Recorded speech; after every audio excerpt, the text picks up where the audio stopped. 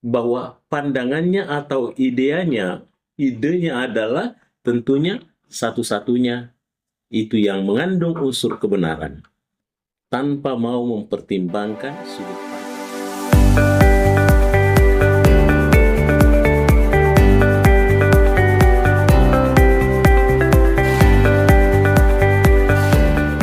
Bismillahirrahmanirrahim. Assalamualaikum warahmatullahi wabarakatuh.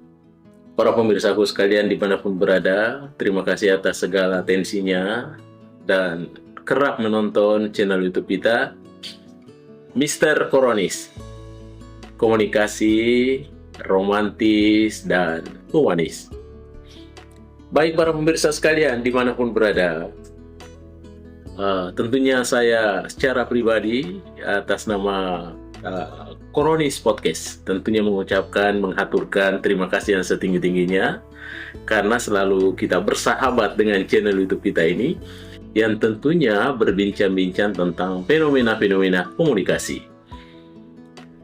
Tentu saja para pemirsa sekalian, channel YouTube kita ini selalu hadir dan selalu berupaya mengetengahkan nuansa-nuansa komunikasi. Sehingga judul-judulnya serta tajuk-tajuknya itu adalah memang tajuk yang sesuai dengan proses-proses komunikasi. Komunikasi itu tentunya kita berharap baik sebelum dia melakukan satu proses maupun pada saat dia berproses dan kemudian setelah dia berkomunikasi tentu ada namanya feedback ya, umpan balik atau ada tanggapan, dan itu biasanya perlu dikomunikasikan lebih lanjut. Baik para pemirsa sekalian, pada kesempatan ini, pada hari ini, kita lagi berbicara satu proses komunikasi yang namanya komunikasi dogmatis. Iya. Bagaimana itu komunikasi dogmatis? Kalau komunikasi dogmatis itu adalah tentunya ada sikap ya yang tidak fleksibel, ya, tanda kutip tentunya ada kekakuan di dalamnya. Ya, kenapa ada kekakuan di dalamnya? Kenapa tidak fleksibel? Karena tentunya di dalamnya dia punya satu anggapan bahwa hanya satu-satunya yang benar, tidak perlu dengar orang lain.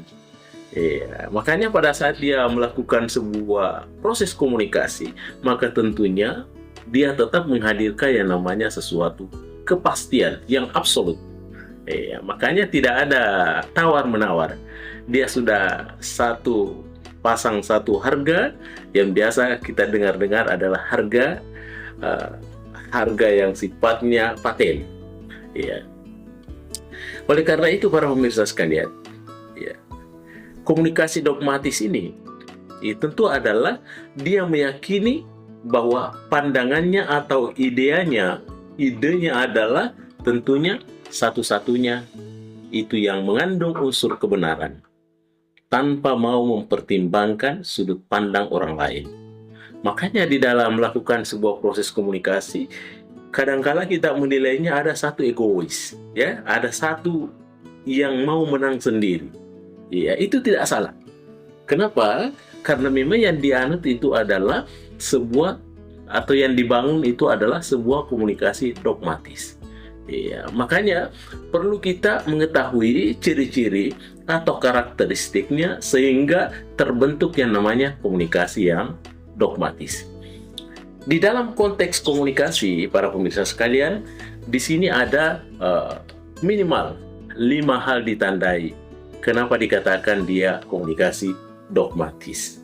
Yang pertama, ketika dia melakukan sebuah proses komunikasi dan dia selalu menyampaikan sebuah pernyataan dan hal-hal yang sifatnya penuh dengan kepastian atau absolut, tidak ada tawar-menawar, ya, dia selalu berasumsi bahwa inilah yang benar, inilah yang harus kita anut bersama.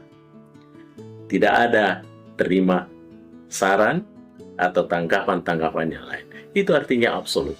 Itu yang pertama. Kemudian yang kedua, bagaimana ciri khas komunikasi dogmatis? Tentunya adalah dia kurang fleksibel secara intelektual. Artinya, sebagaimana yang pernah saya sampaikan bahwa intelektual seseorang itu tetap ada, tetapi masing-masing berbeda. Iya. Ada intelektualnya tentu disentuh dengan pendidikan-pendidikan formal, tetapi ada juga intelektualnya disentuh dengan sifatnya sesuatu yang non-formal. Tetapi ujung-ujungnya adalah dia melahirkan satu intelektual, iya, dan akhirnya melahirkan satu yang namanya punya kelebihan dan punya kekurangan. Iya, tetapi di dalam komunikasi dominasi, komunikasi dogmatis, ya tentunya tidak memahami yang namanya fleksibel. Dia kurang fleksibel intelektual. Iya, kurangnya fleksibilitas intelektual. Itu yang kedua. Kemudian para pemirsa sekalian, apa yang menjadi karakteristik yang ketiga sehingga dikatakan dicurigai itu adalah komunikasi dogmatis? Yang ketiga adalah penggunaan bahasa absolut. Bahasa yang digunakan sesuatu pasti-pasti. Bahasa yang digunakan adalah bahasa tertutup. Bahasa yang digunakan adalah bahasa terkunci. Tidak boleh digugat, tidak ada tanggapan, dan tidak ada persepsi yang lain kecuali pandangannya sendiri. Itu adalah bagian dari komunikasi dogmatis. Yang keempat, para pemirsa sekalian, kurangnya kerendahan hati. Ya, bagaimana itu kerendahan hati? Ya, rendah hati berbeda dengan rendah diri. Kalau rendah hati adalah ada sebuah kesadaran yang tergugah dalam dirinya bahwa semua manusia-manusia dilahirkan mempunyai kelebihan dan punya kekurangan. Oleh karena itu, kita tidak boleh merasa lebih dari yang lain. Karena boleh jadi yang lain itu juga dianugerahi sebuah keistimewaan dan keistimewaan itu kita tidak miliki. Dan boleh jadi juga ada keistimewaan yang kita miliki tapi tidak diberikan kepada orang lain. Makanya perlunya berkomunikasi dengan baik, perlunya rendah hati. Iya, lawan dari rendah hati adalah tinggi hati.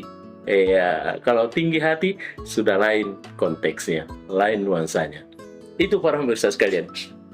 Dan yang terakhir, yang kelima adalah di dalam komunikasi dogmatis, para pemirsa sekalian selalu mengevaluasi, selalu membuat sebuah penilaian yang standar yang berlaku bagi dirinya sendiri.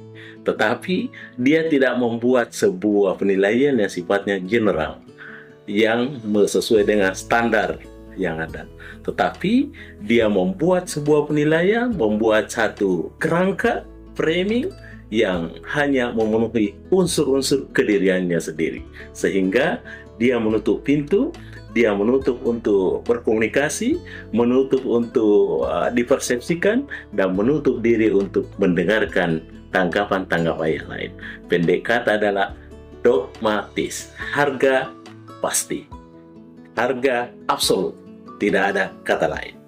Baik para pemirsa sekalian dimanapun berada, terima kasih atas segala atensinya. Inilah yang sempat saya sampaikan terkait dengan komunikasi dogmatis, memiliki 5 karakteristik. Yang pertama adalah tentunya penuh dengan kepastian, pernyataannya kepastian dan absolut. Yang kedua, kurangnya fleksibilitas intelektual. Yang ketiga, selalu menggunakan bahasa-bahasa absolut. Dan keempat, kurangnya kerendahan hati. Dan yang kelima adalah selalu mengevaluasi, selalu menghakimi, termasuk menghakimi karakter. Baik para pemirsa sekalian dimanapun berada, terima kasih atas segala atensinya. Mr. Koronis mengundurkan diri. Assalamualaikum warahmatullahi wabarakatuh. Halo, Mr. Koronis. Jangan lupa like, komen,